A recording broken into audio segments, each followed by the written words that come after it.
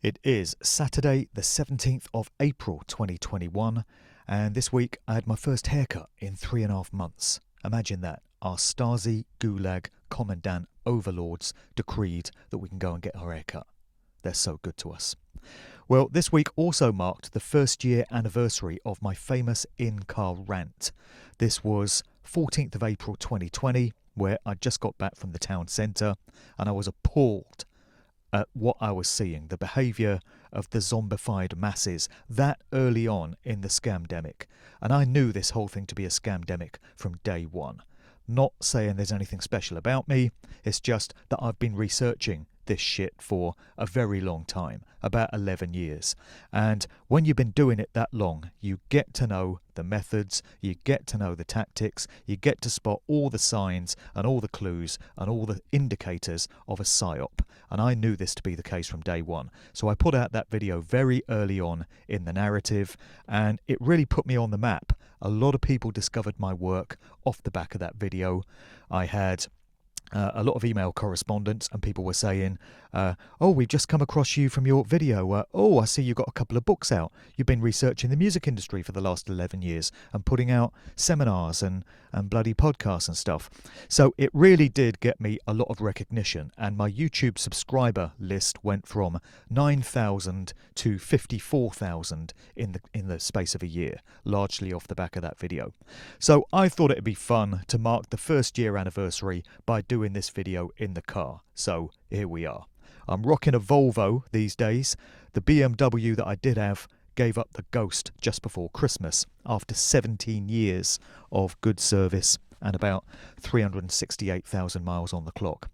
I'm out here in the countryside. I've got the cornfields to the back of me here, out in this beautiful rural area that I now live. This place really is fantastic in the spring and summer. Some great walks in the fields there and in the country lanes and stuff. The only problem is it's desolate as hell in the winter. It really feels dead and soulless and lifeless. The winter is a very difficult period to get through out here in the countryside, I find. But looking forward to the summer, just looking forward to long, light evenings and the opportunity to go for some very therapeutic walks out here in nature. Anyway, first things first. As many people may have seen from my various postings about it, Spreaker.com, the platform that I was using to host all of my audio archive material, dumped the whole lot yesterday with zero warning, zero indication that they were going to do it. I just tried to log in. I found I no longer have a channel. Naturally, I've queried it with them. They've got back to me this morning and they've said that my channel was infringing copyright, so they dumped the whole thing. I mean, even YouTube doesn't dump an entire channel without warning you first, giving you a channel strike. Spreaker made no communication with me. They haven't advised which file allegedly infringes copyright. They didn't give me any channel strikes, any warnings. They just deleted the whole thing, which is outrageous. So it leads me to wonder whether I've been targeted, whether there's an ulterior motive to what's happened to my channel. Either way, the whole lot is gone. And it's about 10, 11 years worth of truth material. So it's all my Good Vibration shows, all my Sound of Freedom shows, all my radio interviews, all my guest appearances, all my podcasts, all my music stuff has gone as well. All of the Sound of Freedom shows, all of the Sound of Now shows, the Magical Mystery Talk is gone, the Truth Trip Sound Clash is gone, all my old DJ mixes have gone, all my old radio shows have gone, all my old DJ live gigs have gone. It's thousands of files that have just disappeared overnight with no decent explanation as to why it's happened. If anyone feels to get in touch with Spreaker and let them know how you feel about this, if you've enjoyed my content, you can email them on support@Spreaker.com. Now begins the task of re-uploading everything that was on that channel to alternative platforms. It's going to be long, it's going to be laborious, it's going to be tedious. I want to thank those people that have reached out to offer assistance in this regard. There are many tasks that need doing, and I'll be getting back to people by email, letting them know what they can do to help me get all this stuff back up. It's going to take days, weeks of work, and I really could do without this. The universe has obviously decided that I need this challenge in my life. I would beg to differ with all the other stuff I've got going on. I'm trying to write a book. I'm trying to put out podcasts and videos. I'm trying to handle personal home life, daily stuff as well. And life is not plain sailing, shall we say, at the moment. But either way, I've got to get all this material uploaded back on different platforms. So the best thing to keep up on what's happening there is just check out djmarkdevlin.com. That remains as my one-stop shop portal for everything. You can access everything that remains online via djmarkdevlin.com. So for this video, I really want it to not focus on all the fuckeries, all the stuff that's being done to us, all the dark and devastating doom-laden stuff. There's enough other videos out there if you're looking for that type of material. What I want to do in this one is look at ways in which the scamdemic appears to be falling apart, ways in which things may not quite be going the sick psychopath's way, ways in which obstacles have been placed in their path and they're finding things difficult, a bit like me, to get their plans fulfilled. So let's look at some evidence for that in this video. I mean, there's a few things. So first of all, there's a video that's been doing the rounds of an NHS nurse whistleblower. This has gone kind of viral. It's been shared very widely. You know, a lot of normies will not take information from the likes of us, alternative researchers. They brush us off as conspiracy theory whack jobs. But when information about the V word and about the medical genocide agenda that the C word project constitutes, when it comes from a professional like a doctor, a nurse, somebody else with professional qualifications and accreditations, a lot of people tend to take notice. So the NHS nurse whistleblower was featured in an episode of UK Column News this week. I've put the link in the show notes below. The whistleblower's testimony is at the very start of the show, so if anyone wants to check that out, you can do it via the link. And please do share widely with anyone you think would benefit from seeing this. It all helps, all these whistleblowers coming out. Lord knows it's taken long enough, but I'll get onto that subject a bit more as we progress as well.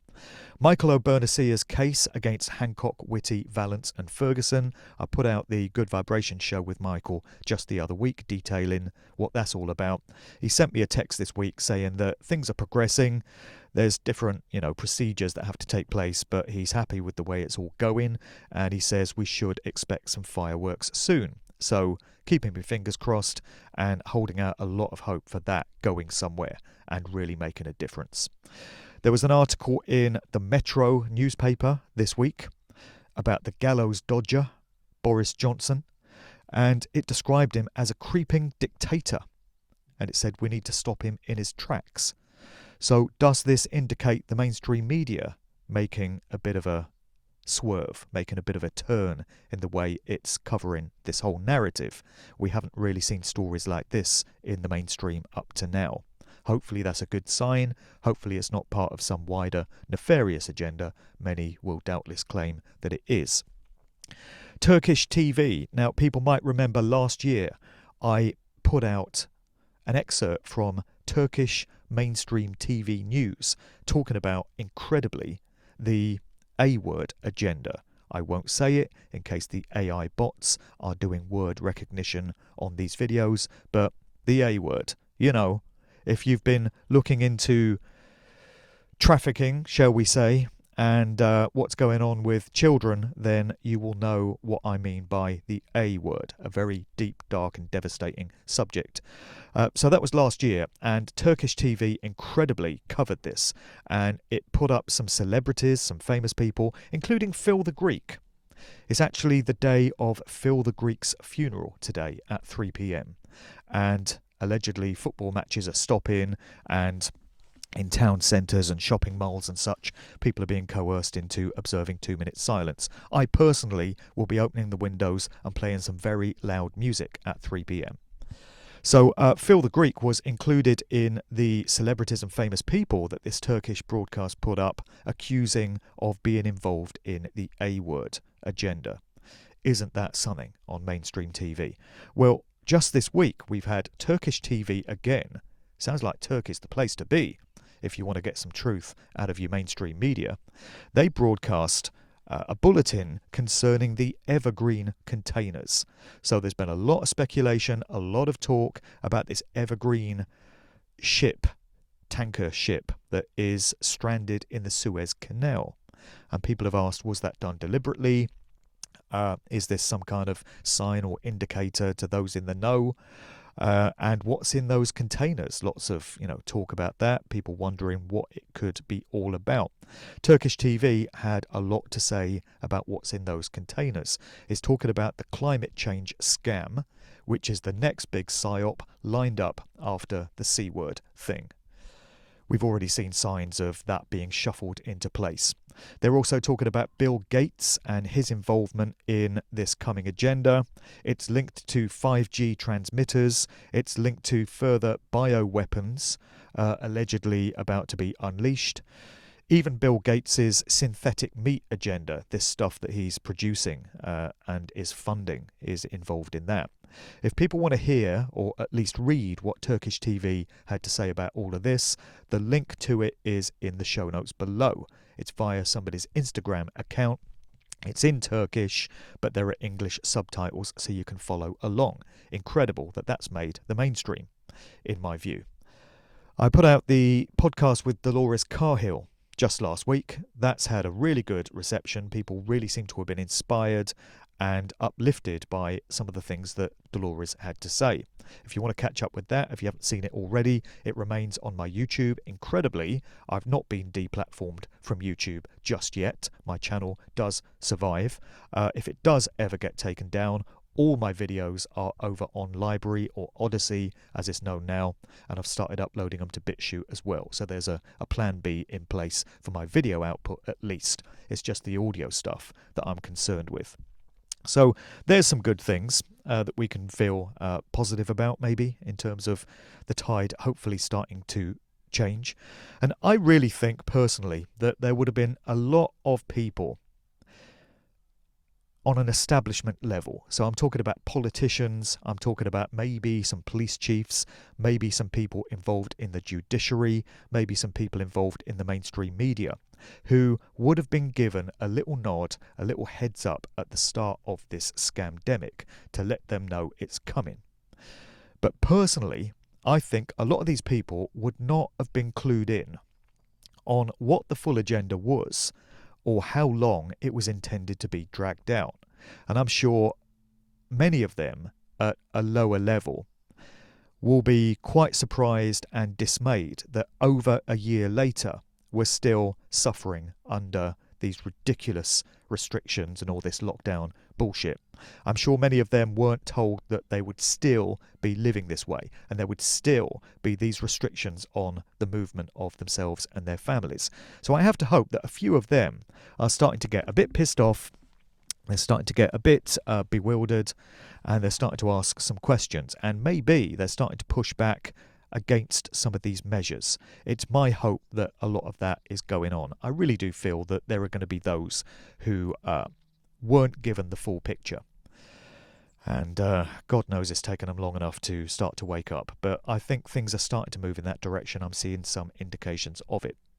So the rest of this video is pretty much going to be a mailbag. This feature has proven to be very popular. People have really liked me reading out correspondence that I've got from people. I mean, I get thousands of emails a week now. It takes most of my day just to go through them. But there's some very valuable material in there, and people are making some very astute observations. So I think there's a lot of value in reading a lot of this stuff out. Got me notes here, old school paper style. Don't do digital. And so let's read out a few of these and see what's in the mailbag this time round. Alright, so as ever, I'll leave names off of this. I'll leave people anonymous. So The first person is picking up pretty much on the spirit of this video that I've just outlined. He says, "I'm very hopeful. My personal feeling is this went off the rails early when the tests sent to the UK, Europe and the USA were found to be contaminated with COVID, part of the plan, presumably. That's why the Nightingale hospitals sat empty. They didn't get the chance to seed the population with the lab-made COVID that seemed to be far more dangerous.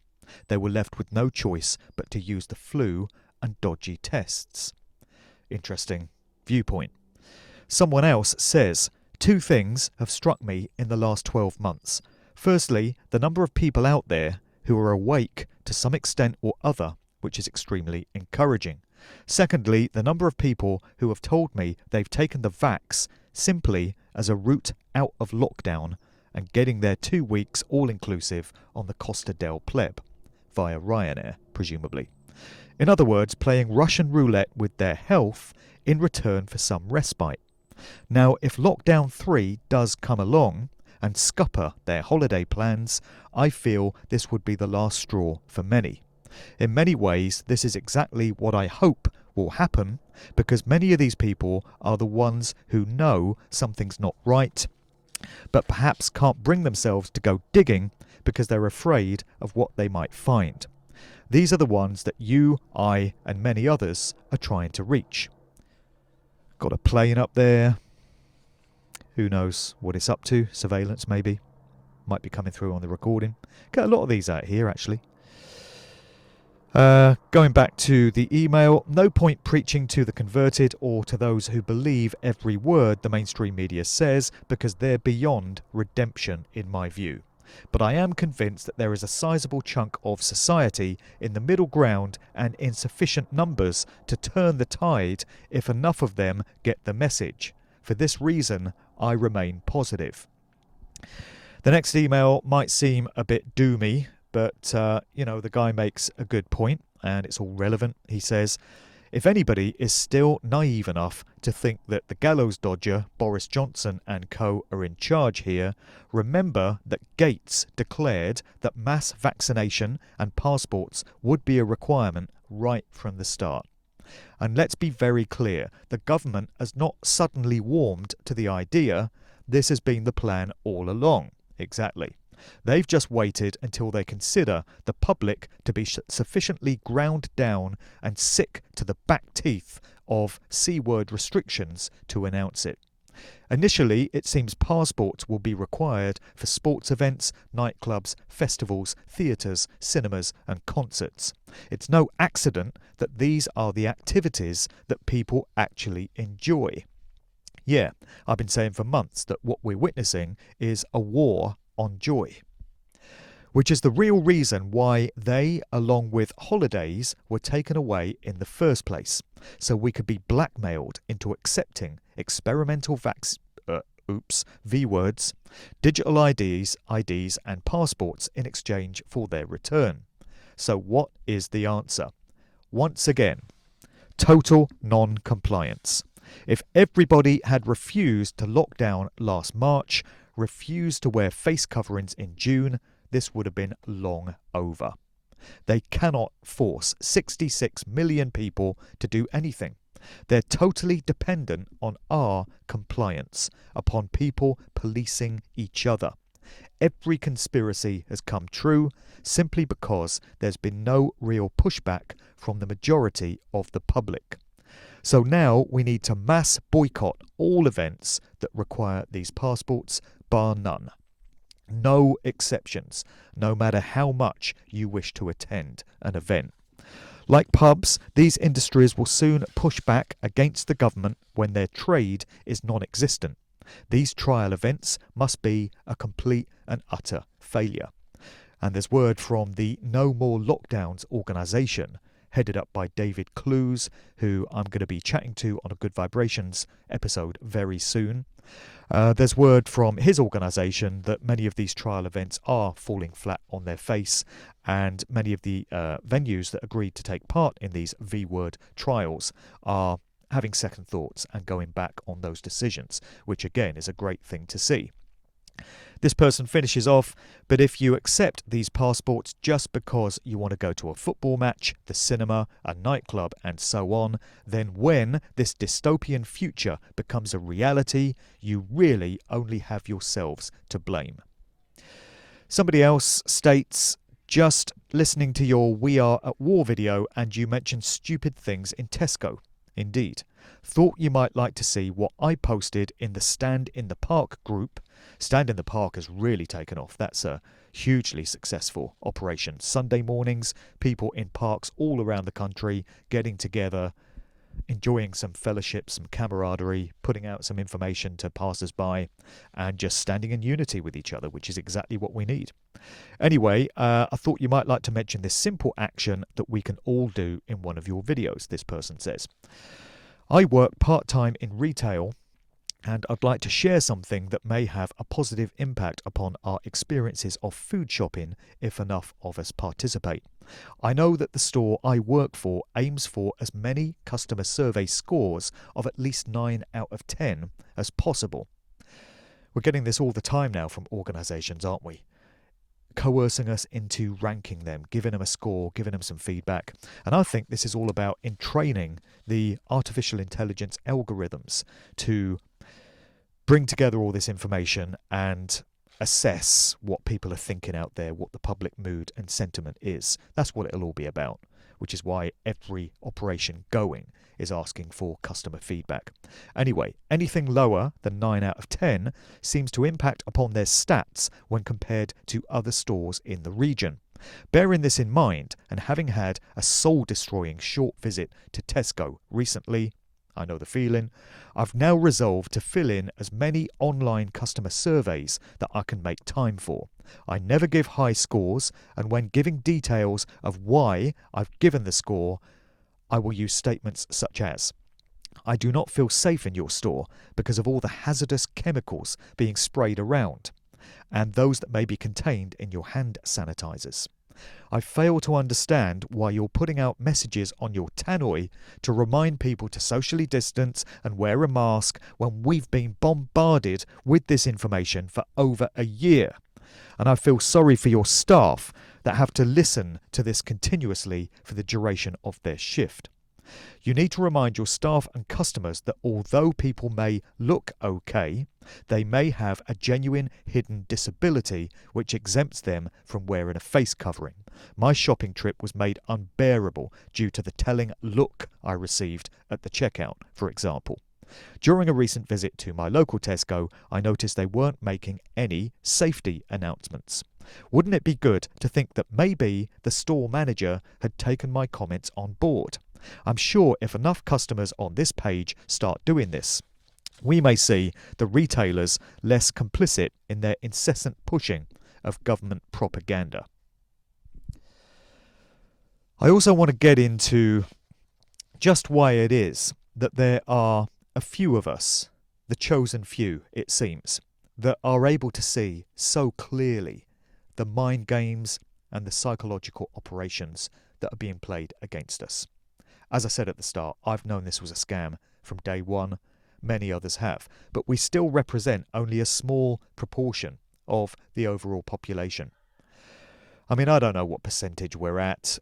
When I first got on the truth path about 10, 11 years ago, we were probably about 1% of the population. It's going to be more than that now because the scam woke up so many people to truth. And I know this because in the last year, so many people have emailed me telling me they've woken up and now they're paying attention. They've come out of their mind-controlled trance and they're looking at what's really going on in the world. So maybe we're at, what do you think, 5%? Between 5 and 10? We'd be doing really well if we were on about 7, 8% of the population, don't you think? But for whatever reason, there's a few of us that can see it and everybody else can't. We all know them. There are people who, no matter how much information you put in front of them, no matter how clearly you try and break it all down, they just can't or won't see it. There's some kind of blockage there. And somebody made the analogy with a stage hypnotist. They used Paul McKenna as an example. And back in the day, if anyone had ever attended a Paul McKenna show, back in the days when we could actually attend events, then he would try and hypnotise the audience that he had in the venue. But there would always be some that he wasn't able to get. So he'd get the majority. But there are a few who seem to be unhypnotisable. And I seem to be among that number because I've been to several Derren Brown shows. I find that guy fascinating. I find him unsettling, and I'm very suspicious about him, but I do find his shows fascinating. I've been to a few. And he's tried the same trick. So Derren Brown has tried to hypnotise his audience. He gets most of them, but there's always a few. And it probably is between 5 and 10% that he can't get. And he can't hypnotise me. I see other people in the audience have been put into that state, but there's me and just a few others dotted around that, are completely unaffected by it. So there's some reason why some of us are not able to be taken in by all the lies and all the mind control. And it's a fascinating thing to reflect upon. And somebody just made the point in some correspondence. How is it that we can see things so clearly, yet most cannot, no matter how blatant and obvious it is? There is a notion that we are being shown just how evil and corrupt the control system is. But where is the line in the sand if that dynamic is really taking place? We've heard the suggestion that this is a movie, and everything is so ridiculous and absurd because it's been made that way to wake people the fuck up out of their mind control trance. I would say it's not going that well overall, because anyone that hasn't woken up at this stage is probably beyond all hope and redemption. I mean, we'll still try, but where is the hope really? And where is the line in the sand if we're being shown, if this really is a movie? At what point does it end? At what point do those directing this movie decide that things have gone far enough and anyone that's going to wake up has already? So any further showing is an exercise in futility because it's not going to achieve anything. So maybe there is a finite number of us that are ever going to wake up and see this, but maybe that number is large and strong enough to turn this situation around and really affect a tipping point where things start to move in the opposite direction, and then others just follow the crowd. They follow what everyone else is doing. They follow the way things are going because people seem to be like that in their masses. So if we see more pushback and more resistance and more questioning of the agenda, maybe we'll reach a point where that becomes the default state for people to be in, to question things, to not believe what the government and the mainstream media is telling us. And we'll see how that progresses as the summer presses on here in the UK, whether we get the freedoms back that we've been promised or whether we face more lockdowns and more restrictions, and therefore more reason for other people to start waking up and questioning. Little bit late to the party, aren't they? Little bit slow on the uptake. But better late than never, I guess. This brings in the huge number of daily messages I get from people telling me that they've implored family members and friends not to take the V word. They've shown them documentaries. They've shown them doctors and nurses and medical professionals' testimonies, like Dr. Mike Yeadon, the former vice president of Pfizer, who's been talking about how dangerous these C-word vaccines are. They've put this information in front of family members and loved ones, but they've still, in spite of all of that, gone right ahead and taken the V. And people are just shaking their heads with incredulity. They just can't comprehend how people can have that kind of mental blockage. And I get so many messages like this. People think they're alone. They say, what is it about my parents? I've really tried to tell them not to take the V, but they don't listen to me. And then the very next email will be somebody else saying the same thing. It's a very widespread phenomenon. And it really put me in mind of a track that came out many years ago on an album by Nas. Not Little Nas X, forget that clown, that joker. I'm talking about the original Nas, the rapper, the hip-hop MC. So on one of his albums several years ago, he had a track called Fried Chicken, and it had Busta Rhymes doing the guest verse on it. And I'm going to read out a lyric because Busta Rhymes was talking about the same dynamic. So these are exact lyrics. There's an N-word in there, And I want people to comprehend that I'm just reading this out verbatim as it is, okay? I didn't write this, Busta Rhymes did. So this is how it goes. I'ma eat you until there's nothing left. Until my very last breath. You're gonna be a nigger death. Who cares if the swine is mixed with rat, cat and dog combined? Yes, I'ma eat the shit to death. Ain't that some shit? I'ma eat some shit until what I'm eating kills me. And I choose to do that. Why? Because that's just what niggers do. That's the way Busta Rhymes put it with reference to eating fried chicken. But that same dynamic, that same thought pattern could be applied to the V word. People are taking into their bodies something which stands a very strong chance of killing them. And they choose to do that. What I find incredible is many people, their biggest fear is dying. They've been terrified into believing that they could die from the C word. The last thing they want to happen is that they die or get seriously ill. So they take something into their bodies which causes the very thing they most feared. The very thing they didn't want to happen. Them getting seriously ill or them dying. Whereas if they'd stayed as they were, they would have been just fine. Ain't that some shit? Ain't that incredible? But that's what we're looking at.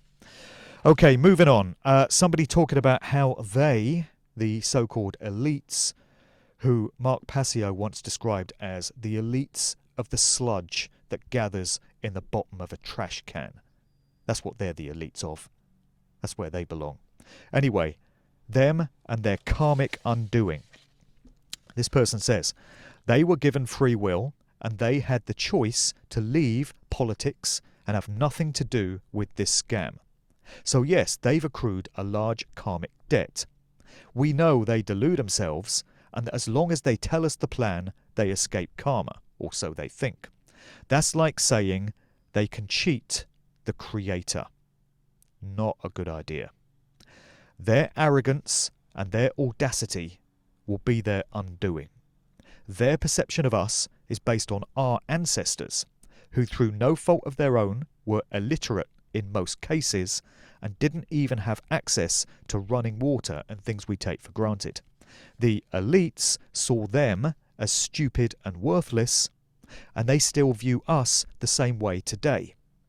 Yet if we're so unimportant, why are they so obsessed with trying to alter our minds through music and culture and media? My guess is a small few of them know the game is nearing its end, but they just find it safer to play along. We owe it to our ancestors and descendants to get past this. And we will. Reminds me of that creepy speech from George Bush Sr., where he's talking about the New World Order. And he says, when we're successful, and we will be. That's one of the creepiest things I've seen. But, well, George has gone, hasn't he? And Phil the Greek's gone, and Dave Rockefeller's gone, and Zbigniew Brzezinski's gone. So the world feels a little bit cleaner. We just got Henry Kissinger to go now, and Jacob Rothschild, and Evelyn de Rothschild. Right, this one is kind of an oddity in the mailbag, but still relevant. So let's read this person's correspondence. I very much enjoyed your last video message. There's one question that is in the back of my mind since then. You claimed that we are the last generation who can do something to stop this madness, and I agree. But then I ask myself, does the younger generation want to be saved? Or do we only assume this? I'm not in touch with a lot of people, but I noticed that the young adults seem to have a totally different mindset.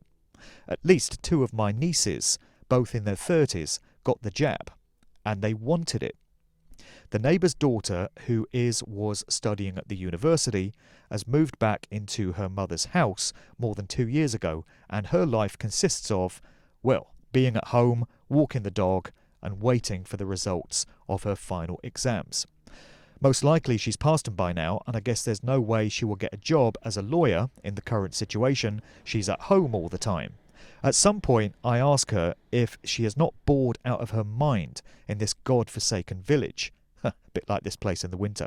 And her answer was, "No, not at all. I had an exciting time when I was living in Hamburg." This person's writing from Germany, by the way. "And now I'm happy to take it somewhat easier." She's in her mid-20s. Imagine. Is it really safe to assume that the young generation wants to live a life in freedom? Really? So an interesting point, we just assume that the next generation wants to live the way we've come to appreciate, freely, with opportunities and choices available to us. Freedom of movement, freedom of assembly, freedom of bodily integrity. These are things that we take for granted and that we consider sacred. But maybe the next generation doesn't have that value system. It would be very sad if these things were lost because they had no appreciation in society. Because once they're gone, they're never coming back. Things like personal freedom, personal sovereignty. These are gifts from creation. These are inherent to the human experience. What if we really are the last generation to really embrace and cherish and hold dear these values? It's just a thought. Okay, so finishing off, let me just lose my notes here. Want to mention the leaflets. So I put out a new batch of leaflets, largely talking about the V word and giving alternative information resources for normies. So it's based, it's intended for normies, and many people have kindly offered to assist in getting these out at events, or just going out in the street, or putting them through letterboxes, or putting them in notice board sections of shops, this kind of thing. I've run out of those leaflets because I had such a huge uptake. So there's a lot of them out there now on the streets doing the rounds. I'm going to have to get a new batch printed. So it'll be a couple of weeks. But if anyone wants to assist in the process of getting those out once I have the new ones printed, then hold tight, come back here, or drop me an email. Look at djmarkdevlin.com for the updates on that. I'm also going to get a new batch of the I Do Not Consent t-shirts made up. These have proven to be very popular as well. It's a slogan for all occasions. It's a real conversation starter. It simply says, "I do not consent, and I was never asked." These are ideal to wear in protest season, now that these events are all kicking off again, or they're just great to wear in the street and to spark up a chat with somebody. So watch out for some new I Do Not Consent t-shirts coming soon. I'll give a video update when they're available, probably another couple of weeks from now. The London Rally. There's a big event on the 24th. I am going to be present at this one. There's no information out there at the moment on where people are going to be congregating. I imagine it's going to be handled in the same way that the event on the 20th of March was, which is what made it so successful.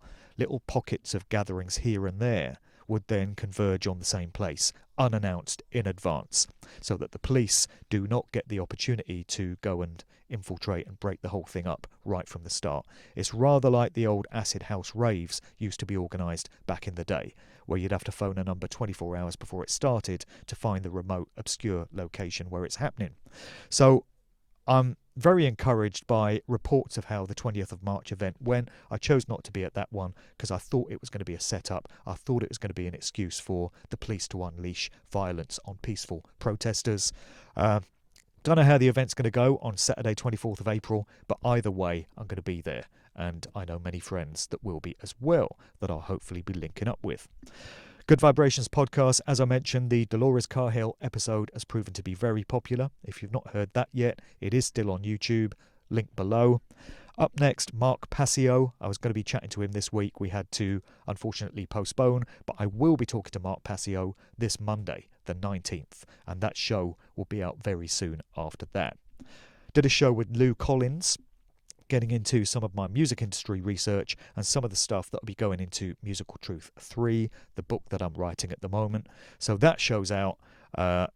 Lou Collins radio show, I think it's loucollins.uk if you want to go to her site, and that's on my YouTube.